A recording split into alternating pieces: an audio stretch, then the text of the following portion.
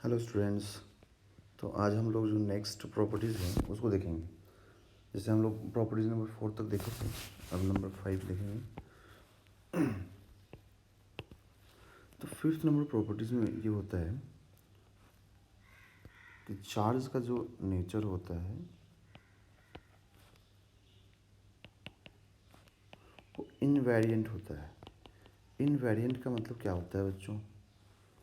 Invariant का मतलब होता है कि चार्ज टाइम के साथ या फिर टाइम रेफरेंस फ्रेम के साथ चेंज नहीं होगा। मतलब चार्ज अगर यहाँ से देखा जाए, सपोज 30 कूलम्ब है, ठीक है। तो अगर आप किसी कार में बैठ के देखते हैं कि चार्ज 30 कूलम्ब है कहीं किसी पॉइंट पे, तो अगर आप कार के बाहर उतर के देखेंगे तब भी वो 30 कूलम्ब ही होगा। कार अगर मूव कर रही है, एक्सेलरेट कर रहा है, तब भी 30 कूलम्ब ही होगा। मतलब चार्ज इनवेरिएंट होगा नेचर में। चार्ज अगर आप थ्रो कर देते हैं, चार्ज को फेंक देते हैं, जोर से थ्रो करते हैं, आप प्रोजेक्ट करते हैं, तब भी चार्ज का मैग्नीट्यूड उतना ही रहेगा, ठीक है। वो चेंज नहीं होगा। 30 कूलम्ब है तो 30 कूलम्ब भी रहेगा। मतलब ऐसा नहीं होगा कि आपने चार्ज 30 कूलम्ब का है और इसको आपने बोला कि मैं इसको प्रोजेक्ट कर रहा हूँ थीटा एंगल पे समथिंग 30 डिग्री पे, तो अब थोड़ी देर बाद चार्ज का वैल्यू 60 कूलम्ब हो जाएगा। ऐसा नहीं होगा। चार्ज जितना था उतना ही रहेगा, चाहे वो चार्ज को आप मूव कराएं या फिर थ्रो करें या फिर कहीं और से जाके देखें, कुछ भी करें, सेम रहेगा, ठीक। टाइम के साथ चेंज भी नहीं होता। वो ऐसा नहीं कि अभी 10 कूलम्ब है, थोड़ी देर बाद वो 40 कूलम्ब हो जाएगा, ऐसा नहीं होता है। चार्ज हमेशा इनवेरिएंट होता है नेचर में। हाँ, मास चेंज होता है बट चार्ज नहीं होता। ओके, चलिए। अब जैसा कि मैंने आपको कहा था कि हम लोग क्वेश्चन सॉल्व करेंगे नेक्स्ट वीडियो में, ये मैंने आपसे कहा था। तो चलिए हम लोग क्वेश्चन सॉल्व करते हैं। क्वेश्चन किस चीज़ पे सॉल्व करेंगे हम लोग? तो क्वांटाइजेशन पे। अब मैंने आपको लिखवाया था कि charge is quantised in nature. तो charge is quantised in nature का मतलब ये होता था बच्चों कि जो चार्ज होगा, ठीक है, वो integral multiple of smallest unit of charge that is electron. मतलब चार्ज हमेशा ऐसे होगा, 2 electron, 4 electron, 6 electron, 10 electron, 1 electron, 3 electron, ऐसे होगा। चार्ज कभी फ्रैक्शन में नहीं, मतलब फ्रैक्शन में नहीं होगा एन का वैल्यू। मतलब ऐसा नहीं होगा कि चार्ज 2/5 इलेक्ट्रॉन है ना, 1/5 इलेक्ट्रॉन है, ओके। मतलब 2/10 इलेक्ट्रॉन है, ऐसा नहीं होगा, ठीक है। फ्रैक्शन में कभी नहीं होता है। ये मिल्कन ऑयल ड्रॉप एक्सपेरिमेंट से प्रूव किया गया था, ठीक है। मिल्कन ऑयल ड्रॉप एक्सपेरिमेंट थोड़ा आपको मैं एक्सप्लेन करूँगा जब इलेक्ट्रिक फील्ड पढ़ेंगे हम लोग तब, क्योंकि अभी इलेक्ट्रिक फील्ड के बिना थोड़ा समझने में दिक्कत होगी, या फिर कूलम्ब्स के बिना। तो मैं आपको वहाँ पे एक्सप्लेन थोड़ा कर दूँगा इसके बारे में। चलिए क्वेश्चन सॉल्व करते हैं हम लोग। Find number of electrons removed or gained by a body of by a body that contains 5 microcoulomb charge. अब देखिए यहाँ पे एक बॉडी है जिसके पास 5 माइक्रोकूलम्ब चार्ज है, बट चार्ज 5 माइक्रोकूलम्ब किस चीज़ में है? पॉजिटिव है कि नेगेटिव है, ये इंपॉर्टेंट है। तो ये पॉजिटिव है, ठीक है।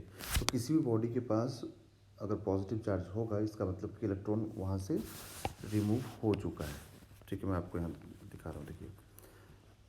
जैसे यहाँ पर कोई बॉडी है अपने पास, सपोज करें, और यहाँ पे बोला गया कि इस बॉडी के पास 5 माइक्रोकूलम्ब है, ठीक। तो इसका मतलब, या फिर हम लोग एक जनरल ले लेते हैं, इस बॉडी के पास प्लस क्यू चार्ज है। दैट मीन्स कि यहाँ से इलेक्ट्रॉन्स रिमूव हुआ है। अगर ऐसा बोला जाए कि एक बॉडी के पास नेगेटिव चार्ज है, इसका मतलब हुआ कि इस बॉडी के अंदर इलेक्ट्रॉन आया है। मतलब इस बॉडी ने इलेक्ट्रॉन कहीं बाहर से लिया है, ठीक है। तो गेन कब लिखना है और रिमूव्ड कब लिखना है समझ में आ गया होगा आप लोगों को। गेन तब लिखना है जब बॉडी के पास नेगेटिव चार्ज है। रिमूव कब लिखना है जब बॉडी के पास पॉजिटिव चार्ज है। ठीक है, चलिए अब हम लोग यहाँ बात करेंगे इस क्वेश्चन पे। तो इस क्वेश्चन में बोला गया आपसे कि 5 माइक्रोकूलम का चार्ज है किसी बॉडी के पास। ओके, तो अब नंबर ऑफ इलेक्ट्रॉन्स निकालना है कि ठीक है, अगर पॉजिटिव 5 माइक्रोकूलम चार्ज है तो यहाँ से कितना कितना इलेक्ट्रॉन रिमूव हुआ होगा। तो हम लोग जो क्वांटाइजेशन में फॉर्मूला देखते हैं n e Q equal to n e, यहाँ पे जो एन होता है वो नंबर ऑफ, ये एक्चुअली में होता है नंबर ऑफ इलेक्ट्रॉन्स, चाहे वो रिमूव कर रहे हो आप चाहे बॉडी गेन कर रहे हो। तो 5 माइक्रोकूलम है चार्ज, आप इसको रखिए, और ये एन और इलेक्ट्रॉन का वैल्यू रख दीजिए। ठीक है, अब ये 10 टू द पावर -6 इससे कैंसिल होगा तो 10 टू द पावर -13 रिमेनिंग रहेगा। अब आप इसको 5 को इधर डिवाइड कीजिए 1.6,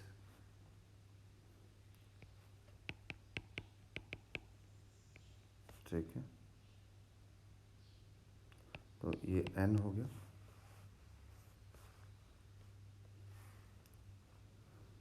अब ये हो जाएगा 50, 5 into 10 to the power 13 upon 1.6 is equal to n। तो n इज इक्वल टू, देखिए अब ये हो जाएगा, इसको आप एक काम करें, इसको डिवाइड कीजिए तो ये हो जाएगा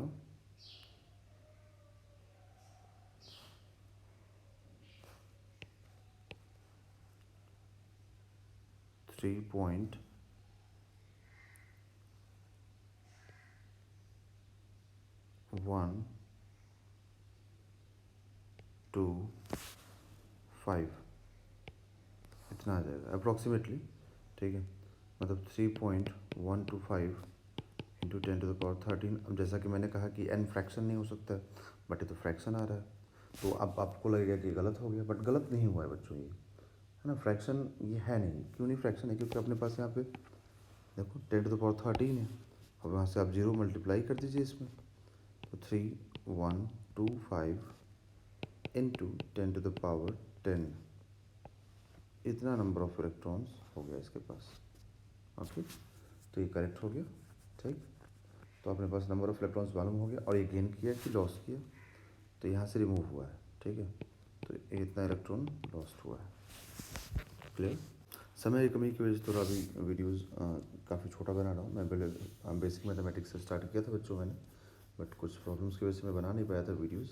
अभी मैंने स्टार्ट किया इलेक्ट्रोस्टैटिक्स से, और मैं फिर वापस से बेसिक मैथमेटिक्स का भी बनाऊंगा टाइम निकाल करके, बट थोड़ा अभी कंटिन्यूटी मेंटेन करने के लिए छोटा छोटा वीडियो बनाऊंगा। और मैं चाहता हूँ कि अगर आपको अच्छा लगे तो आप इसको लाइक, सब्सक्राइब, शेयर ज़रूर करें।